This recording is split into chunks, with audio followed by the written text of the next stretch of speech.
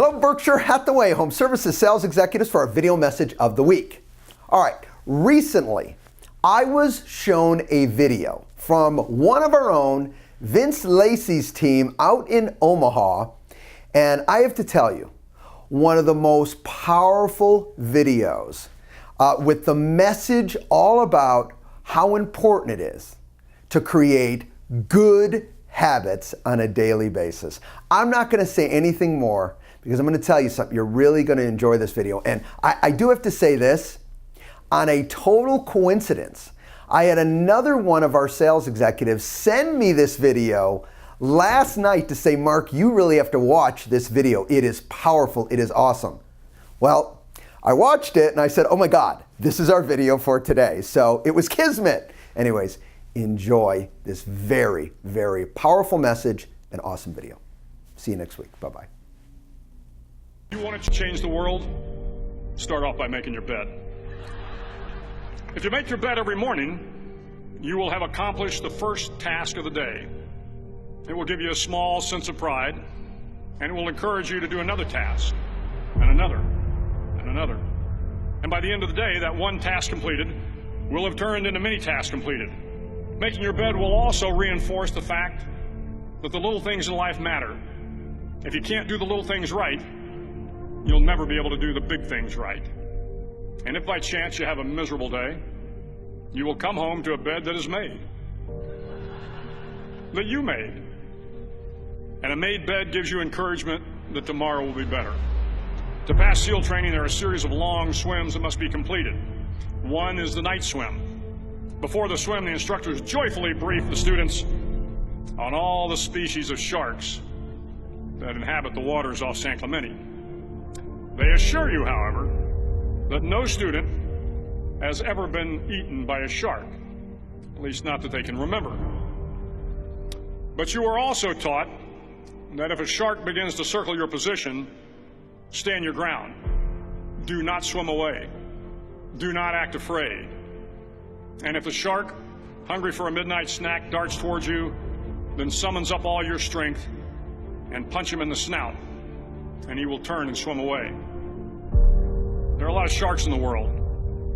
If you hope to complete the swim, you will have to deal with them. So if you want to change the world, don't back down from the sharks. Over a few weeks of difficult training, my SEAL class, which started with 150 men, was down to just 42. There were now 6 boat crews of 7 men each. I was in the boat with the tall guys, but the best boat crew we had was made up of the little guys, the Munchkin crew, we called them.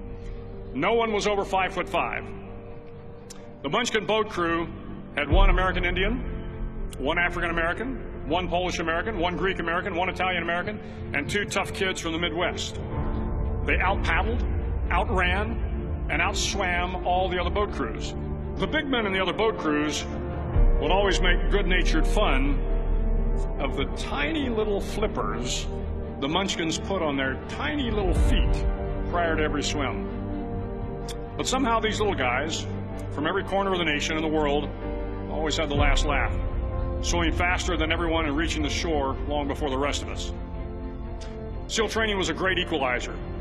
Nothing mattered but your will to succeed, not your color, not your ethnic background, not your education, not your social status.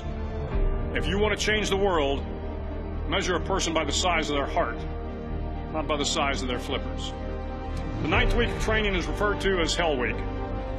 It is 6 days of no sleep, constant physical and mental harassment, and 1 special day at the Mud Flats. The Mud Flats are an area between San Diego and Tijuana where the water runs off and creates the Tijuana Sloughs, a swampy patch of terrain where the mud will engulf you. It is on Wednesday of Hell Week that you paddle down to the Mud Flats and spend the next 15 hours trying to survive this freezing cold, the howling wind, and the incessant pressure to quit from the instructors. As the sun began to set that Wednesday evening, my training class, having committed some egregious infraction to rules, was ordered into the mud. The mud consumed each man till there was nothing visible but our heads. The instructors told us we could leave the mud if only 5 men would quit. Only 5 men, just 5 men, and we could get out of the oppressive cold. Looking around the mud flat, it was apparent that some students were about to give up. It was still over 8 hours till the sun came up. 8 more hours of bone-chilling cold. The chattering teeth and the shivering moans of the trainees were so loud, it was hard to hear anything. And then one voice began to echo through the night. One voice raised in song. The song was terribly out of tune, but sung with great enthusiasm. One voice became two, and two became three, and before long, everyone in the class was singing. The instructors threatened us with more time in the mud if we kept up the singing, but the singing persisted, and somehow the mud seemed a little warmer, and the wind a little tamer, and the dawn not so far away. If I have learned anything in my time traveling the world, it is the power of hope. The power of one person, a Washington, a Lincoln, King, Mandela, and even a young girl from Pakistan, Malala. One person can change the world by giving people hope. So if you want to change the world, start each day with a task completed. Find someone to help you through life. Respect everyone. Know that life is not fair and that you will fail often. But if you take some risks, step up when the times are the toughest, face down the bullies, lift up the downtrodden, and never, ever give up.